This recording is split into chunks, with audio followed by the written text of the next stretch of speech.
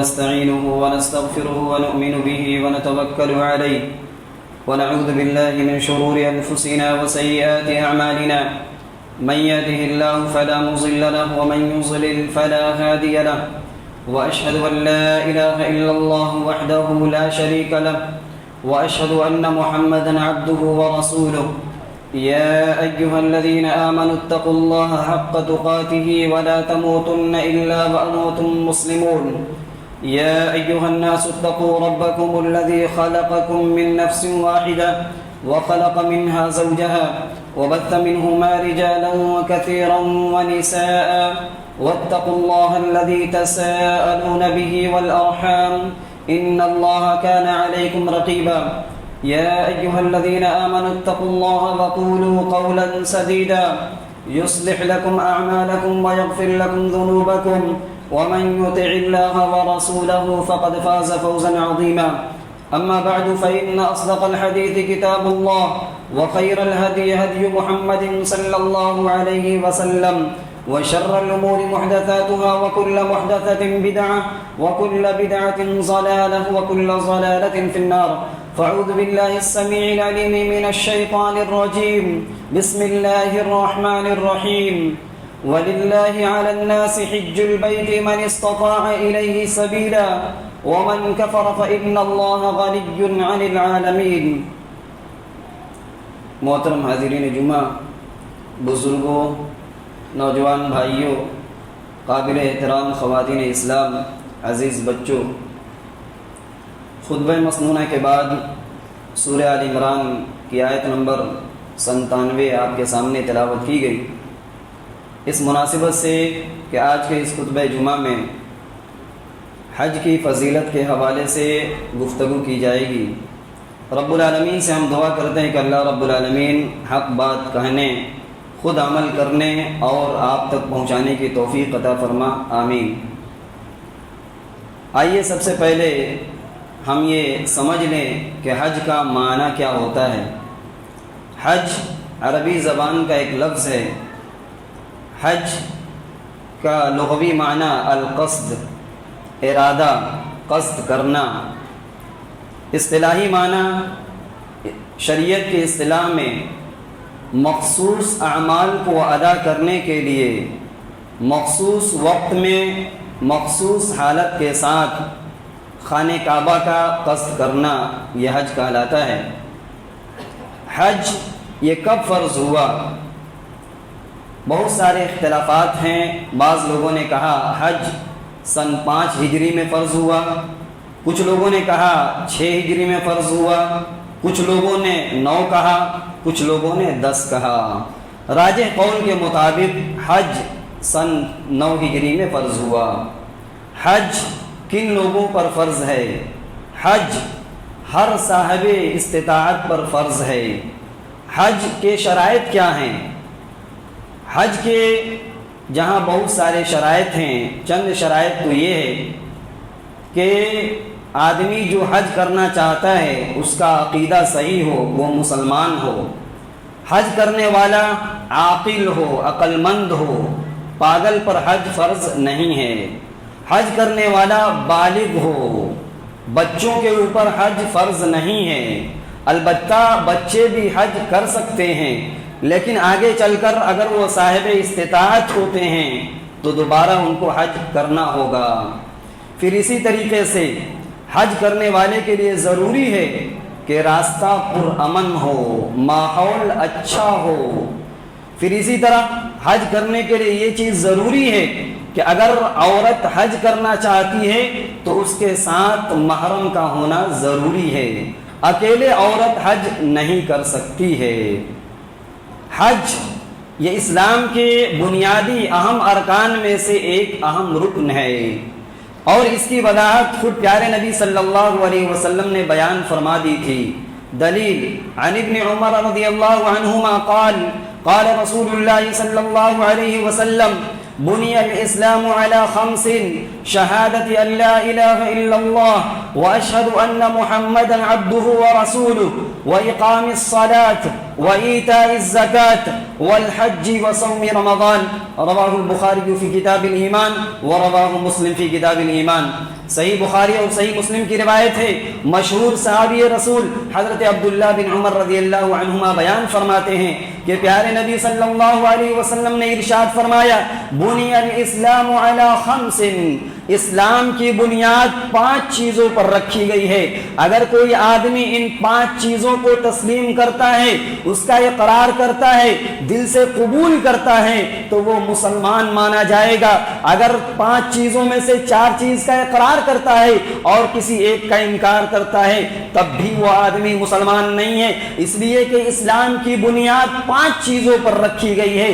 اگر کسی عمارت کی بنیاد پیلر پر رکھا جاتا ہے تو عموماً 4 پیلرز ہوا کرتے ہیں. اگر کسی ایک کا انکار کر دیا جائے، کسی ایک پیلر کو کھڑا نہ کیا جائے، عمارت گر جائے گی، بلڈنگ ختم ہو جائے گی. اسی طریقے سے اسلام کی بنیاد 5 چیزوں پر رکھی گئی ہے. پیارے نبی نے کہا اسلام کی سب سے پہلی اور بنیادی چیز یہ ہے کہ ایک آدمی اس بات کا اقرار کرے، گواہی دے کہ اللہ رب العالمین کے علاوہ کوئی بھی حقیقی عبادت کے لائق نہیں ہے اور محمد رسول اللہ صلی اللہ علیہ وسلم اللہ کے بندے اور اس کے آخری رسول ہیں. یہ اسلام کی پہلی بنیاد ہے. اور شہادت کے اقرار کے بعد یعنی کلمہ توحید کے اقرار کے بعد دوسری جو بنیاد ہے وہ نماز قائم کرنا. تیسری بنیاد وإیتاء الزکات، اگر صاحب نصاب ہے تو اس کو زکات دینا ہوگا، زکات ادا کرے. اور اگر صاحب حیثیت ہے، اللہ نے مال و دولت سے نوازا ہے، تو اگر اس کے اوپر حج فرض ہو چکا ہے تو اس کے لیے ضروری ہے والحج، وہ حج کرے. اور آخری نصیحت اور آخری بنیاد آپ صلی اللہ علیہ وسلم نے فرمایا وصوم رمضان، رمضان کا مہینہ نصیب ہو جائے تو ایک مسلمان کو چاہیے کہ رمضان کے روزے رکھے. تو حج اسلام کے بنیادی 5 اہم رکنوں میں سے ایک اہم رکن ہے. حج ہر صاحب استطاعت پر فرض ہے. رب العالمین نے فرمایا وَلِلَّهِ عَلَى النَّاسِ حِجُّ الْبَيْتِ مَنِ اسْتَطَاعَ إِلَيْهِ سَبِيلًا وَمَنْ كَفَرَ فَإِنَّ اللَّهَ غَنِيٌّ عَنِ الْعَالَمِينَ. حج اللہ ہی کے لیے کرنا ہے اور حج لوگوں کے اوپر فرض کر دیا گیا ہے. حج کہاں کیا جائے، کس گھر کا کیا جائے؟ اگر اس آیت کریمہ پر آپ اگر غور کریں، اللہ نے ایک ترتیب سے بیان کیا، کہا وَلِلَّهِ عَلَى النَّاسِ حِجُّ الْبَيْتِ مَنِ اسْتَطَاعَ إِلَيْهِ سَبِيلًا. اللہ کے لیے حج کرنا ہے. حج اگر کرنا چاہتے ہیں تو اللہ کا نام لیا جائے، یعنی حج اللہ ہی کے لیے کر سکتے ہیں، کسی اور کے لیے حج جائز نہیں ہے. اور یہ کن لوگوں پر فرض ہے؟ اللہ نے کہا علی الناس، تمام ان لوگوں پر جو صاحب استطاعت ہیں، صاحب حیثیت ہیں، مال و دولت سے اللہ نے نوازا ہے، ان کے اوپر حج فرض ہے. اور حج کا نام ذکر کیا، اللہ نے کہا حج کرنا ہے. اور کہاں کا حج کرنا ہے؟ البیت، یعنی خانہ کعبہ کا حج کرنا ہے. اس امت کی المیہ یہ ہے کہ اس امت کے بعض لوگ ایسے لوگ بھی ہیں جو خانہ کعبہ کو چھوڑ کر کسی اور بھی جگہ جاتے ہیں حج کرنے کے لیے، اور کہا جاتا ہے کہ فلاں جگہ ہے، فلاں مزار ہے، آپ وہاں 3-4 بار چلے جائیے گا، خانہ کعبہ کا ثواب مل جائے گا. یہ قرآن کریم کی آیت کا انکار ہے. کہاں گیا کہ کوئی آدمی حج کرنا چاہتا ہے تو وہ خانہ کعبہ کا رخ کرے، خانہ کعبہ میں جا کر جو کہ اللہ کا گھر ہے حج وہی کرنا ہوگا. اگر کوئی آدمی صاحب حیثیت ہونے کے باوجود، اللہ نے مال و دولت سے نوازا ہے، اس کے باوجود حج کا انکار کرے، کیا ہوگا؟ وَمَنْ كَفَرَ فَإِنَّ اللَّهَ غَنِيٌّ عَنِ الْعَالَمِينَ. جو کفر کرے، جو حج کا انکار کرے، جو حج کرنے نہ جائے، وہ یاد رکھے فَإِنَّ اللَّهَ غَنِيٌّ، اللہ غنی ہے، اللہ مالدار ہے، اللہ بے نیاز ہے. عن العالمین، تمام دنیا والوں سے، تمام دنیا سے اللہ بے نیاز ہے. بات چل رہی ہے اس انسان کی جو صاحب حیثیت ہے، مال و دولت سے اللہ نے نوازا ہے، اس کے باوجود وہ حج نہ کرے، حج کا انکار کرے، انکار کرنے والے چند لوگ ہو سکتے ہیں یا کوئی آدمی ہو سکتا ہے، اللہ کہتا ہے فَإِنَّ اللَّهَ غَنِيٌّ عَنِ الْعَالَمِينَ، اللہ پورے عالم سے بے نیاز ہے، تمام لوگوں سے بے نیاز ہے۔ مطلب یہ ہے، آیت کا فلسفہ یہ ہے کہ اگر دنیا کے تمام لوگ ایک ساتھ حج کا انکار کر دے، سب لوگ ٹھان لے کہ میں حج نہیں کروں گا، یاد رکھا جائے اگر دنیا کے تمام لوگ حج نہ کریں، اللہ کی بادشاہت میں اور اللہ کی حکومت میں اور اللہ کی قدرت میں ذرہ برابر بھی فرق آنے والا نہیں ہے۔ تو جو آدمی صاحب استطاعت ہے اس کو چاہیے کہ وہ حج کرے، حج کو جائے۔ کیا حج ہر سال فرض ہے؟ کیا حج ہر سال کیا جائے؟ صحیح مسلم کی روایت ہے، حضرت ابو ہریرہ رضی اللہ تعالیٰ عنہ کہتے ہیں خطبنا رسول اللہ صلی اللہ علیہ وسلم، ایک بار اللہ کے نبی صلی اللہ علیہ وسلم نے ہم تمام صحابہ کرام کے درمیان خطبہ دیا، آپ نے تقریر کی اور اس تقریر کے دوران کہا قد فرض علیکم الحج فحجوا، اے لوگو اللہ نے تمہارے اوپر حج فرض کر دیا ہے، فحجوا، تم میں جو صاحب استطاعت ہے وہ حج کرے۔ ایک صحابی کھڑے ہو گئے اور پوچھ دیا اور کہا اے اللہ کے رسول اکل عام، کیا حج ہر سال کرنا ہے؟ ہر سال حج کرنے کے لیے جائیں گے؟ فسکت، آپ خاموش رہیں، حتی قالها ثلاثا، یہ جو سوال کرنے والے صحابی تھے بار بار سوال کر رہے ہیں، سوال ایک بار کیا گیا آپ خاموش ہو گئے، انہیں بھی خاموش ہو جانا چاہیے تھا لیکن نہیں، سوال کر رہے ہیں حتی قالها ثلاثا، یہاں تک کہ یہی سوال 3 مرتبہ دہرایا۔ آپ صلی اللہ علیہ وسلم نے کہا لو قلت نعم لوجبت ولما استطعتم، یہ جو سوال بار بار دہرایا جا رہا ہے اکل عام، کیا ہر سال حج فرض ہے؟ اللہ کے رسول کہتے ہیں اگر میں صرف ہاں کہہ دیتا تو ہر سال حج فرض ہو جاتا۔ وَلَمَا اسْتَطَعْتُمْ، اے امت محمدیہ کے لوگوں تم ہر سال حج کرنے کی طاقت نہیں رکھ سکتے۔ پتہ یہ چلا زندگی میں حج ایک ہی بار فرض ہے، اور اگر کوئی آدمی کو اللہ نے اس قدر دولت سے نوازا ہے کہ وہ بار بار جانا چاہتا ہے تو وہ جا سکتا ہے، وہ فرض نہیں، وہ نفلی حج ہوگا۔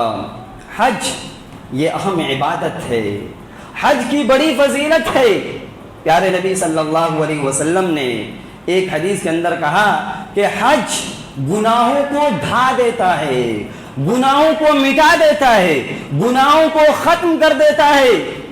ہم میں سے ہر آدمی گناہگار ہے، چاہے مال و دولت والا ہو، چاہے غربت کا شکار ہو، ہر آدمی سے کوئی نہ کوئی گناہ ہوتے رہتے ہیں، گناہ چاہے چھوٹے ہوں یا بڑے، ہر گناہ ہوتے رہتے ہیں۔ ایک صحابی ہیں عبداللہ بن عمرو بن عاص، انہوں نے زمانے جاہلیت کو پایا، اور زمانے جاہلیت میں جب یہ اسلام قبول نہیں کیے تھے، اسلام اور مسلمانوں کے کٹر دشمن تھے، نبی صلی اللہ علیہ وسلم سے حد درجہ نفرت کیا کرتے تھے۔ یہ خود کہتے ہیں کہ میں تو اس فراق میں رہتا تھا، اس چانس میں رہتا تھا کہ موقع ملے کسی طریقے سے نبی پر قابو پا لیں اور نبی کا خاتمہ کر دیں، نبی کو قتل کر دیں۔ یہ اسی تلاش اور اسی سوچ میں رہتے تھے کہ نبی کو قتل کر دیا جائے، نبی کو ختم کر دیا جائے۔ پھر یہی کہتے ہیں فَلَمَّا جَعَلَ اللَّهُ الْإِسْلَامَ فِي قَلْبِي، ایک دور ایسا بھی آیا، ایک وقت ایسا بھی آیا کہ اللہ نے میرے دل میں اسلام کو ڈال دیا، اسلام کی محبت اور نبی کی محبت میرے دل میں داخل ہو گئی۔ فَأَتَيْتُ النَّبِيَّ صلی اللہ علیہ وسلم، میں نبی کریم صلی اللہ علیہ وسلم کی خدمت میں حاضر ہوا۔ آنے کے بعد آپ صلی اللہ علیہ وسلم سے کہا اُبْسُطْ یمینک فَلِأُبَايِعْكَ، اے اللہ کے رسول آپ اپنا دایاں ہاتھ پھیلائیے، آپ اپنا دایاں ہاتھ بڑھائیے تاکہ میں آپ کے ہاتھ پر بیعت کروں، گناہوں سے توبہ کروں، اسلام میں داخل ہو جاؤں۔ فبسط یمینہ، آپ صلی اللہ علیہ وسلم نے اپنا دایاں ہاتھ بڑھایا، پھیلا دیا۔ عبداللہ بن عمرو بن عاص کہتے ہیں فقبضت، عمرو بن عاص نے جو ہے اپنا ہاتھ جو ہے دوبارہ کھینچ لیا، ہٹا لیے۔ آپ صلی اللہ علیہ وسلم نے پوچھا مالک یا عمر، اے عمرو بن عاص ہوا کیا ہے، کیا بات ہے؟ تو نے تو کہا ہاتھ پھیلائیے، میں نے ہاتھ پھیلایا، دوبارہ تو نے اپنا ہاتھ کھینچ کیوں لیا؟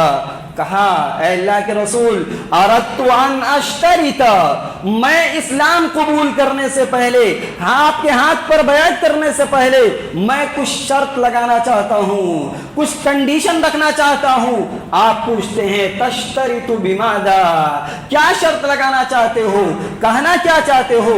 کہتے ہیں فقلت ان یغفر لی، اے اللہ کے رسول زمانے جاہلیت میں اسلام لانے سے پہلے میں نے بڑے بڑے گناہ کیے ہیں، بہت ساری غلطیاں مجھ سے ہو چکی ہے، میں چاہتا ہوں کہ میرے گناہ بخش دیے جائیں، مجھے معاف کر دیا جائے۔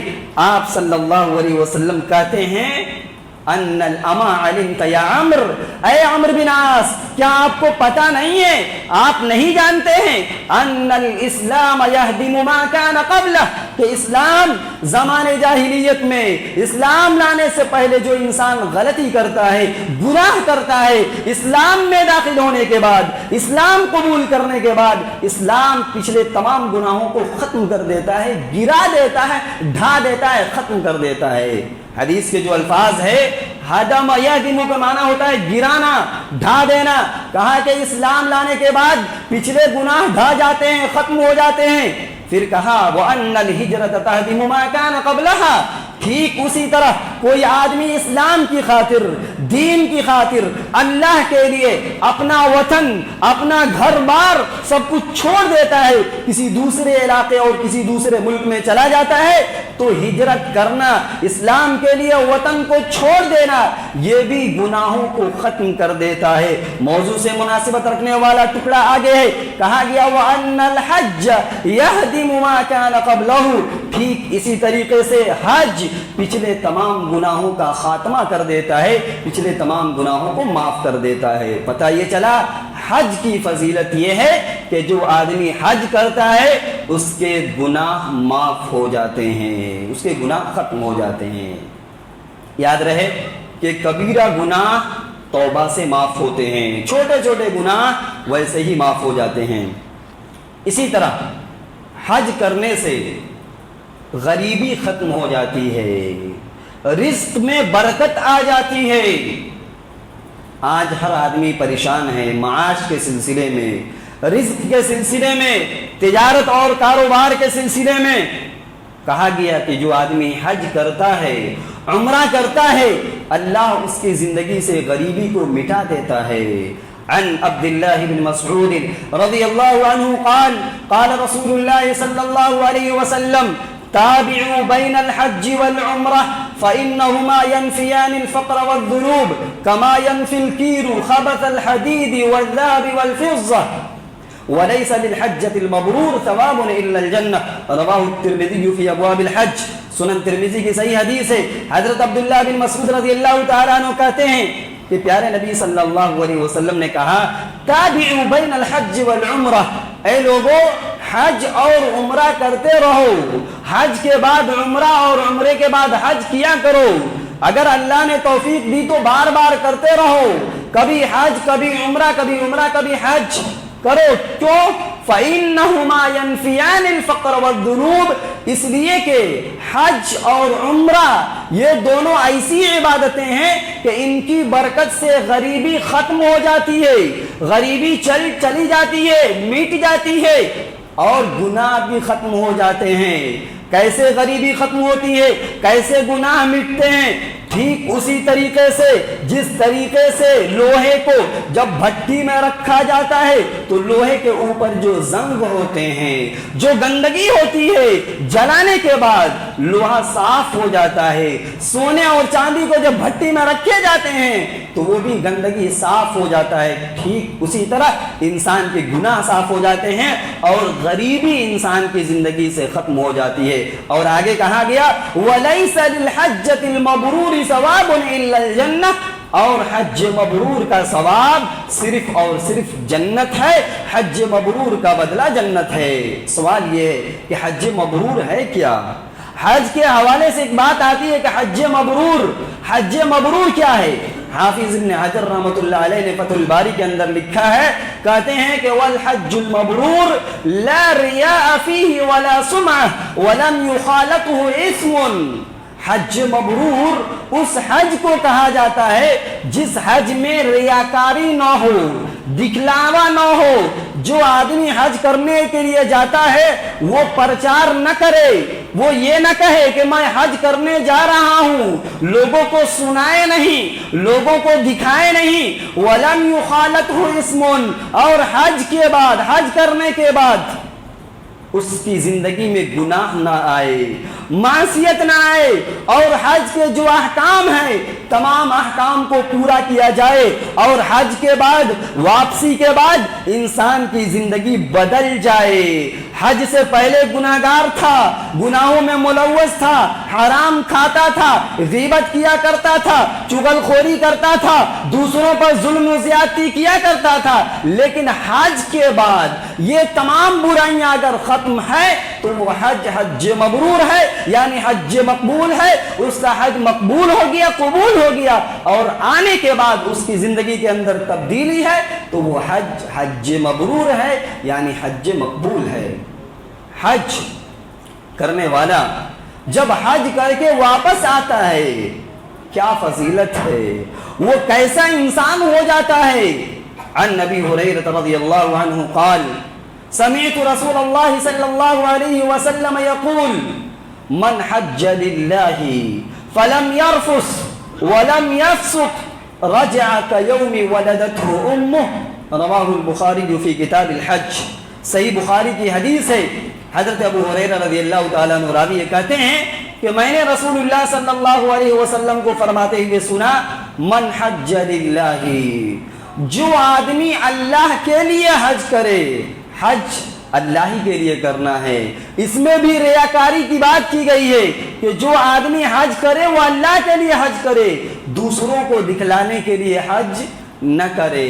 کہا گیا من حج للہ، جو آدمی اللہ کے لیے حج کرے، فلم یرفث، حج کے بعد حج کرے، اور حج کے دوران اگر بیوی ہے ساتھ میں تو بیوی کے ساتھ ہم بستری نہ کرے، بیوی کے پاس یعنی اس طریقے سے نہ ملے جس سے شہوت کے جذبات پیدا ہوں، یعنی بیوی سے نہ ملے اور بیوی سے ملنے کے جو ذرائع ہو سکتے ہیں وہ ساری چیزیں اس کے سامنے نہ آئے۔ وَلَمْ يَفْسُقْ، اور زبان کا غلط استعمال نہ کرے، زبان سے بری بات نہ نکالے، اس میں بھی ساری چیزیں آ جاتی ہیں، غیبت، چغل خوری، گالی گلوچ، تمام چیزوں سے اپنی زبان کی حفاظت کرے۔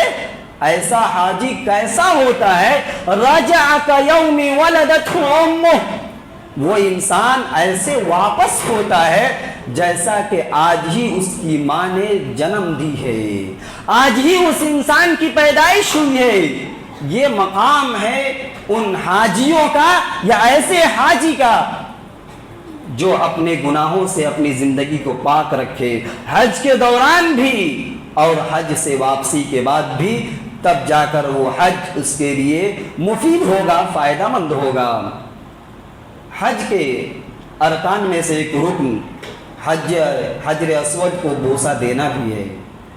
یاد رکھیے حج کے حوالے سے جتنی بھی باتیں کی گئی ہے اور حج میں جو جو ارکان ادا کیے جاتے ہیں اور حج کے لیے جہاں جہاں ایک انسان جاتا ہے تمام چیزوں کی فضیلت حدیث کے اندر آئی ہے۔ اس میں سے ایک حجر اسود ہے۔ حجر اسود کا معنی ہوتا ہے کالا پتھر۔ آج وہ کالا ہے، آیا کیسا تھا؟ بیان کیا گیا۔ عن ابی ہریرہ رضی اللہ عنہ قال رسول اللہ صلی اللہ علیہ وسلم نزل الحجر الاسود من الجنہ وهو اشد بیاضا من اللبن فسودته خطایا بنی آدم، رواہ الترمذی فی ابواب الحج۔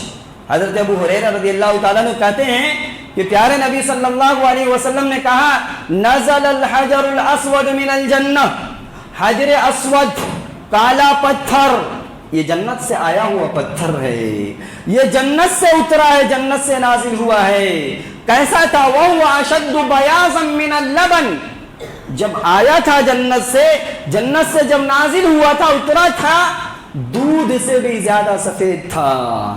پتہ یہ چلا دودھ کی خوبی یہ ہے کہ وہ سفید ہو، اور حجر اسود دودھ جیسا نہیں تھا بلکہ اشد بیاضن، دودھ سے بھی زیادہ سفید تھا۔ کالا کیوں ہوا؟ آگے بتلایا گیا فسودتہ خطایا بنی آدم، انسان کے گناہوں نے اس سفید پتھر کو کالا کر دیا۔ ایک حاجی جب حج کے لیے جاتا ہے اور حجر اسود کے قریب ہوتا ہے تو دو ہی شکل ہوتی ہے، یا تو حجر اسود کے قریب ہے تو حجر اسود کو بوسہ دیتا ہے، چومتا ہے، اور اگر دور ہے نہیں پہنچ سکتا ہے تو استلام کرتا ہے، یعنی ہاتھ کے ذریعے یا کسی لکڑی کے ذریعے وہ اشارہ کرتا ہے۔ تو اس اشارے کی وجہ سے اور حجر اسود کو بوسہ دینے کی وجہ سے تمام انسانوں کی گناہوں کی وجہ سے وہ سفید پتھر کالا ہو گیا۔ اس حدیث کے اندر ایک باریک بات بتلائی گئی، وہ یہ کہ گناہ اتنا خطرناک چیز ہے کہ انسان جب غلطی کرتا ہے، گناہ کرتا ہے تو اس کے اثرات ہوتے ہیں، اس کا اثر ہوتا ہے۔ اس کا اثر یا تو انسان کی ذاتی زندگی پر بھی ہو سکتا ہے، یا تو معاشرے اور سماج اور سوسائٹی پر بھی ہو سکتا ہے، یہاں تک کہ پتھر پر بھی ہو سکتا ہے۔ تو حجر اسود کالا پتھر آیا تھا سفید، انسانوں کی غلطی اور گناہوں کی وجہ سے وہ کالا ہو گیا۔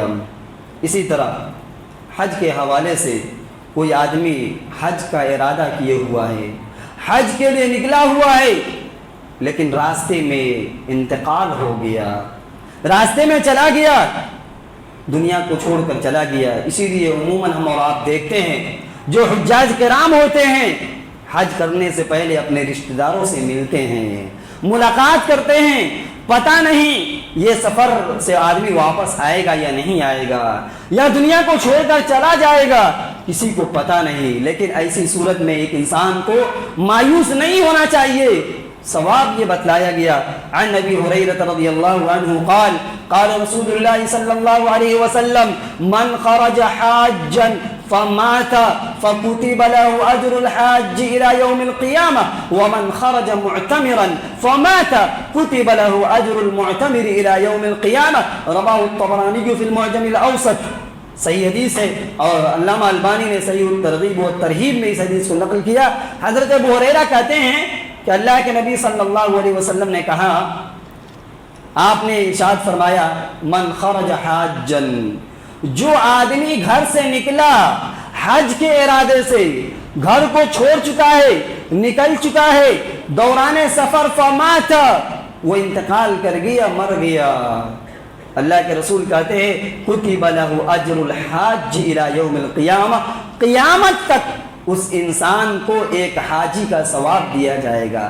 حج نہیں کیا، حج کے ارکان نہیں ادا کیے، ابھی خانہ کعبہ تک انسان نہیں پہنچا ہوا ہے، لیکن قیامت تک اجر جاری ہے، ثواب جاری ہے۔ ٹھیک اسی طرح ایک آدمی حج کے لیے نہیں عمرہ کرنے کے لیے جانا چاہتا تھا، لیکن راستے میں انتقال کر گیا، اللہ کے رسول کہتے ہیں اس عمرہ کرنے والے کا اجر اور ثواب قیامت تک لکھا جائے گا، قیامت تک اس کو اجر و ثواب ملے گا۔ یہ ثواب ہے، یہ نیکی ہے، اور یہ فضیلت اور یہ اہمیت ہے حج کا اور حج کرنے والوں کا۔ ایک آخری بات، جو آدمی صاحب استطاعت ہے، صاحب حیثیت ہے، وہ آدمی ٹال مٹول نہ کرے، آگے پیچھے نہ کرے، ایک سال کے بعد دوسرے سال کا انتظار نہ کرے، کوئی اور بہانہ نہ لگائے۔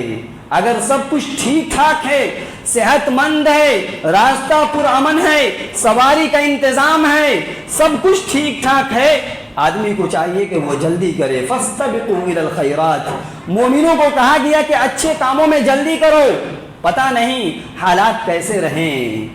ایک حدیث کے اندر بتلایا گیا عن ابی ہریرہ رضی اللہ عنہ عن رسول اللہ صلی اللہ علیہ وسلم تعجلوا الى الحج یعنی الفریضہ فإن أحدكم لا يدري ما يعرض له رواه احمد۔ حضرت ابو ہریرہ کا حضرت عبداللہ بن عباس اس حدیث کے راوی ہیں، کہتے ہیں کہ اللہ کے نبی صلی اللہ علیہ وسلم نے کہا تعجلوا الى الحج یعنی الفریضہ، جس آدمی کے اوپر حج فرض ہو چکا ہے وہ جلدی کرے، وہ تاخیر نہ کرے، اس لیے کہ کسی بھی انسان کو پتہ نہیں ہے کہ اس کے لیے کیا کچھ سامنے آ جائے، کون سی مصیبت آ جائے، کون سی پریشانی آ جائے، کون سی رکاوٹ آ جائے۔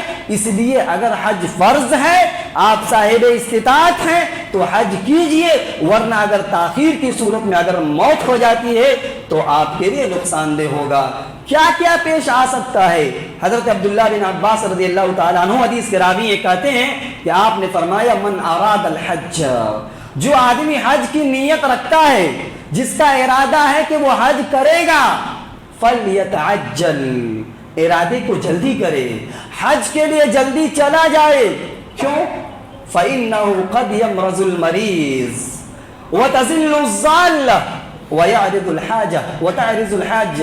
ابن ماجہ کی روایت ہے، آپ نے کہا ہو سکتا ہے کہ آدمی بیمار ہو جائے، بیمار پڑ جائے، کسی خطرناک بیماری میں مبتلا ہو جائے، حج کے لیے جو پیسہ رکھا تھا بیماری میں ختم ہو جائے، اور یہ بھی ہو سکتا ہے کہ ابھی سواری کا انتظام ہے، پتہ نہیں سواری غائب ہو جائے، ختم ہو جائے، اور فلائٹ آنا جانا بند ہو جائے۔